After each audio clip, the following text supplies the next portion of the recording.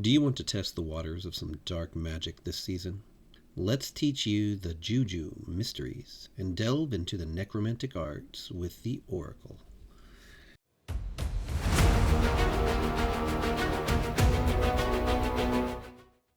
Now, oracles are like cleric's sorcerer brother.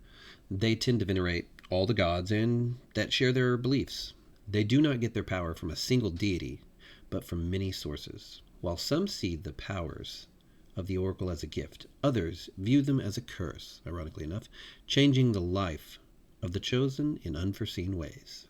Now, as we do our ability scores, we're going to look at a 20-point buy, which I use for all of my games that I run. And we don't need a whole lot of strength unless we're going to be in melee combat. But for this build, I'm just going to use a flat 10 strength. I don't want to weigh them down too much with their gear. Dexterity, we're going to move up to 14 to give us an additional 2 with our AC to start off with. We will probably bump that up with magical items as we progress. Constitution, we'll stick at 2.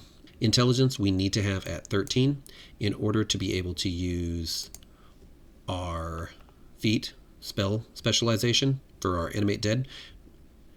You have to have not only spell focus, but we also have to have a 13th on intelligence, so we'll stick with that. Wisdom's 13, and then I'm going to bump charisma all the way up to 15. And since I'm going to pick human with this build, I will put my +2 in that, giving us a starting 17, and bump it up as fast as I can every level thereafter. So I'm going to go with human for this build. We're going to get our human favored class bonus for the Oracle. Gives us 1 additional spell known for the Oracle spell list. It must be 1 level below the highest spell level the Oracle can cast. Not great, but it's going to give us more spells added to our list, which is always good. Human's also going to give us an additional feat, which we can use either for a metamagic feat or item creation, something depending on our build. Anytime we have a feat-intensive build, humans are always great because of getting that extra feat. Now, the Oracle is a base class, so it was released outside of the core rulebooks and the core classes, therefore. They are a spontaneous divine caster. They have a D8 hit die, as we can see. They have a few skills, some knowledges, spellcraft, which will come in handy, religion. This will expand depending on your mystery, which mystery is one of the core mechanics for the Oracle. They have a respectable base attack bonus. Will is their good save, so you're going to have to worry about your fort and reflex.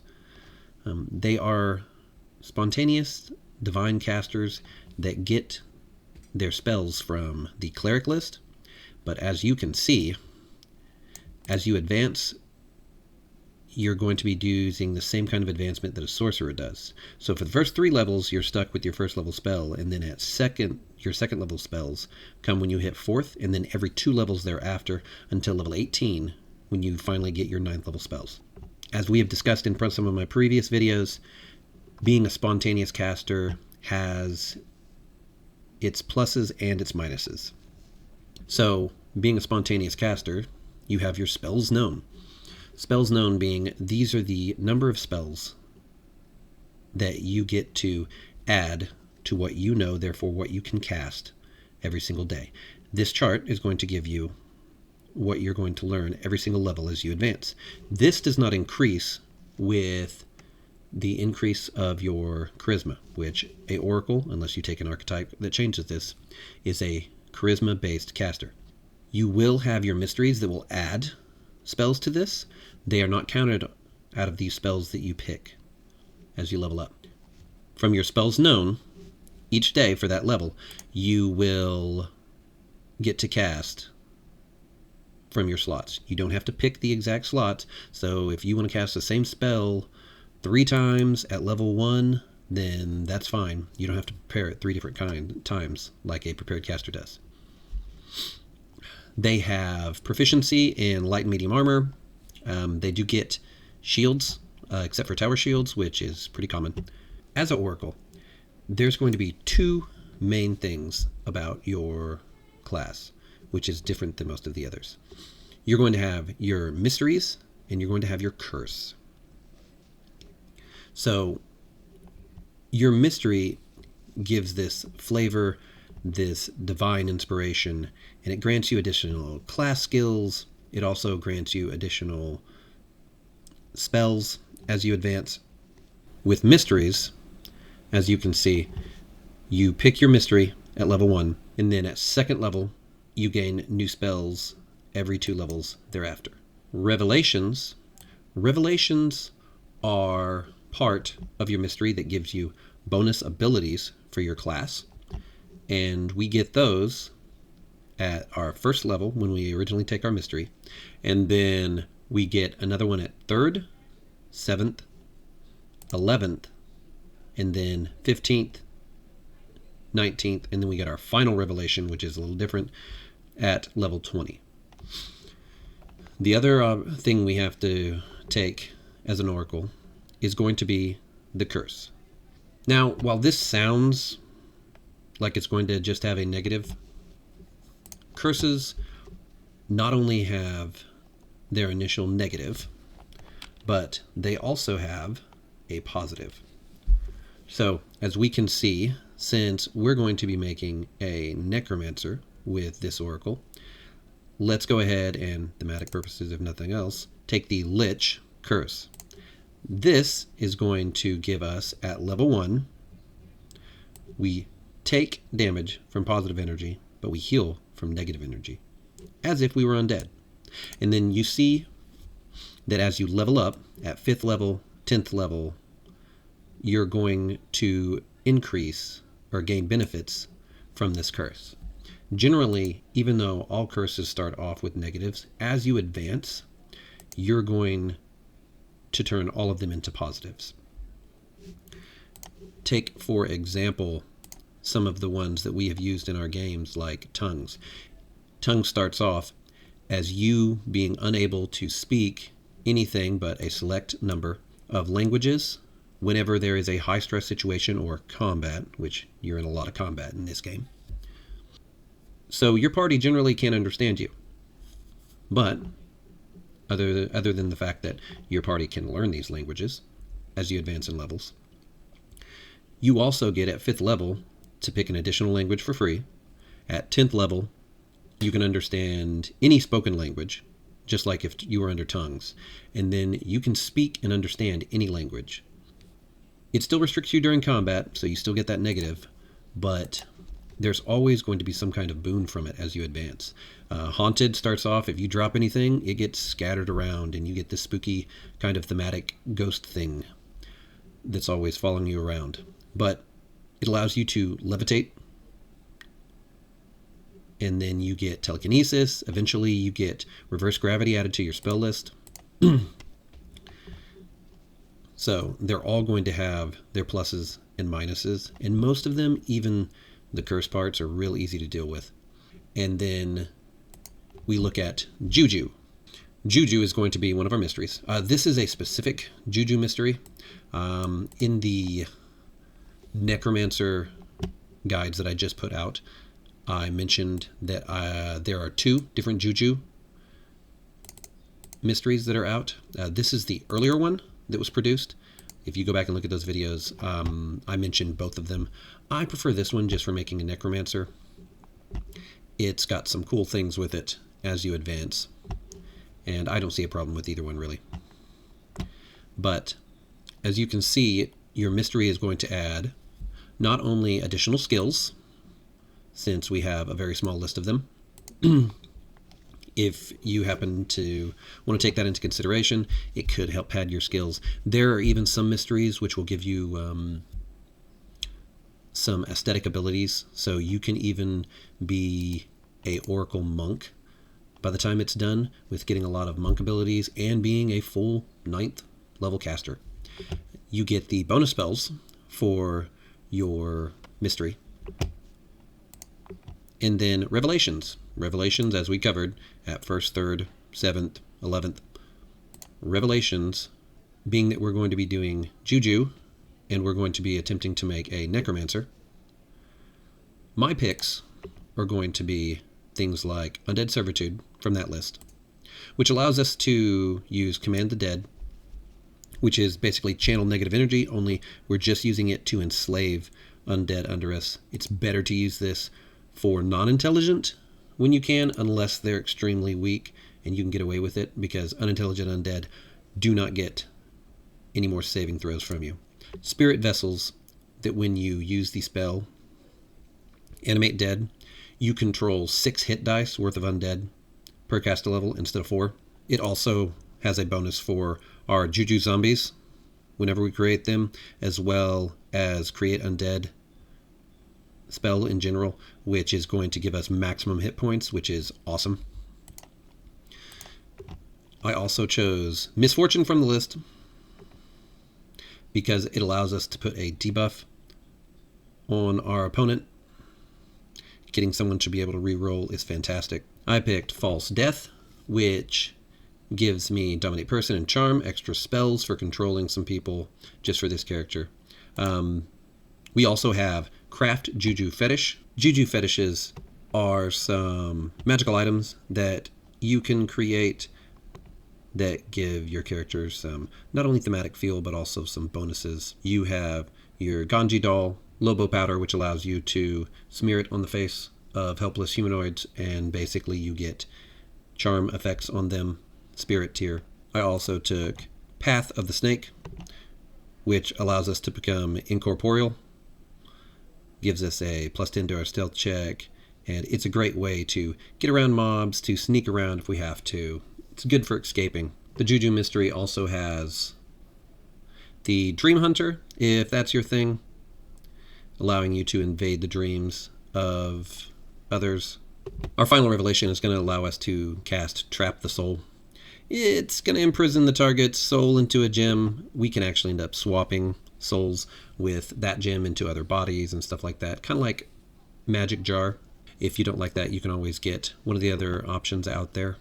Your GM should allow it. As I stated in my previous videos, I cover feats, tons of magical items that are either going to assist you or are downright necessary for being a good necromancer. Craft one wondrous item is going to be great if you're going to be creating your own Horcrux, or you're trying to turn yourself into a lich or something else. It's going to also assist you if you have a lot of downtime. Spell Focus Necromancy, obviously it's going to add a DC to our saving throws. It's also the prerequisite for a lot of stuff. You're also going to look at Spell Specialization. So with this, we're going to treat your caster level as being 2 higher for all level variable effects of the spell. So Animate Undead, Varisian Tattoo, which obviously we're going to pick Necromancy. This is going to give us an additional plus caster level. This will also affect Animate Undead, as well as our other spells. It does give you access to a spell-like ability for use 3 times a day as well. Undead Mastery is going to be good when you cast Animate Dead or use Command Dead feat. You are considered 4 levels higher when determining the number of hit dice that you animate at a single time. So that can save you a lot of time. And then we need some metamagic feats. Mostly we want to use metamagic feats so that by level 15 we can get Spell Perfection. And with Spell Perfection, you pick one spell where you have the ability to cast. Whenever you cast that spell, you may apply any one metamagic feat you have to that spell without affecting its level or casting time. Numerical bonus to any aspect of the spell, such as Spell Focus, Penetration, yada yada. Double the bonus granted by those feats when applied to the spell. And we're going to want that for Animate Dead. So Heighten's a good one. Extend Spell is going to allow your buffs to last a lot longer, or anything like Desecration, things like that. Quicken Spell is always a good one. Another feat you may want to take is going to be Leadership. Leadership is going to allow you to get a cohort. This is going to end up being, probably, since we're a Charisma caster, we're going to have a cohort that is 2 levels below our own. While your DM's probably not going to let them be super combat effective, what you really want is you want a character like a cleric or something else that can use their spell slots as well is their channel energy to heal your undead. That way, you're not spending near as much money to create more undead, and you don't have to worry about your GM keeping all the bodies, or for some reason, everything seems to disintegrate after you're through fighting it. Some really good traits that you may want whenever you create your JUJU Oracle. Reactionary is pretty good just for the initiative bonus. Use it on a lot of classes. Focused Mind. You gain a +2 bonus to your concentration checks. There's a lot of times we're going to find casting defensively to be difficult if you don't have the right magical items or you don't take the appropriate feats. And so having just a little bit extra can really save your bacon. Gifted Adept is good. It's going to help us animate dead. It's going to give you a +1 caster level to your single spell. You're going to choose animate dead so that you can have more undead. You're going to have Dangerously Curious. This is going to put Huge Magical Device onto our spell list. We are already a Charisma caster, plus this trait gives us a +1 along with the UMD skill. This means that if we're the only caster in the party, before you hit double digits, you're probably going to be able to use this on any kind of scroll, wand, it doesn't matter. Your UMD, because of our charisma, is going to be high enough, we're not going to have to worry. Outlander is another one of those that you're going to get a functional +1 to your caster level for some spells. Your magical items, once again, in the third video, the last one that I put out over the necromancy, or being a necromancer, I covered a lot of necromancer specific items, very much like the Bone Razor, which gives you a no limit 1 skeleton if you can do a coup de grace on a helpless living creature. Spells, you do have 0 level orisons that you're going to get. A few of these you're going to get from your class or your mysteries that we went over with. This one came from Jewel Cursed, Ill Omen. Some of the other ones you're probably going to want as a necromancer or just as a oracle. Things like Stone Shield is going to be a great way for an immediate action to give you a +4 bonus either to your AC or +2 to your reflex saves. Shield Faith is always a good one, especially at low levels. Gets you a +2 deflection to your AC. Protection from good, in my case, because we're obviously going evil, negative energy and all. But you can do the other one just as well. It's always a good spell. And then you have the Cure Light Wounds if you're using positive energy to heal your party, or if you can get everyone to manage it and yourself, Inflict Light Wounds. This is going to allow you not only to deal damage to any living creature that you're going to be fighting against, it's also going to allow you to, 1, heal yourself, hopefully heal your party, and more importantly, heal all your minions. There you go. Animate Undead. This is why we want to get all of the extra feats and traits to try and get this caster level up. This is going to allow us to create massive amounts of undead. If you go listen to one of my previous videos about being a necromancer, I also talk about the other kinds of undead that you can create with this, being either fast or plague zombies. You can do either bloody or flaming skeletons with this. It's a great way to pad this out. If you have the Command Undead ability, or your underlings have Command Undead, they can use this to control some of these minions, especially if you create a bunch of low-level ones for fodder. And you can use that spell, release them from your Animate Dead, and control them with your Command Undead ability, increasing the amount of undead that you're able to control at one time. Because we are taking the JUJU Mystery, we're going to get Create Undead. This is going to be 1 or 2 levels before anyone else that we get Create Undead, but this one is only going to be used for JUJU zombies. That's fine. JUJU zombies are great. When you create your JUJU zombies, if you can't control them with your Command Undead feat, you're going to want to use your Command Undead spell. Also, you're going to end up probably using Command Undead against all of your intelligent undeads, and since JUJU zombies get to keep their class levels, they might have better saves even at early levels. 6th level, we're going to be Create Undead. This is going to give us the normal spell, not just the JUJU zombie one, so we can now create ghouls, ghasts, mummies, morgues. Also, whenever you create them, if you can keep them under your control with your Command Undead, if your GM allows it, morgues, ghasts, ghouls, you can have them create minions that they have control underneath them. So if you have control of them, technically you should have control or be able to persuade them to use their control over all their minions. And you can turn that town of people into a horde of ghouls on the cheap. Once again, I go over that and more spells in my previous video that are specific to necromancers. Oracles are one of the best caster classes in the game, even though some people give them a hard time because since they're spontaneous, they get most of their spells one level after your prepared casters, like your wizards, clerics, stuff like that. But they are an excellent class. And even if you don't want to go with the Juju zombie like we have today, you can find builds and make them almost any way you want, from either a monk to the tank-heavy frontliners like I have in one of my current parties. If you have a chance, you should give the Oracle a try at one of your next tables. Maybe just make one. See how you like it.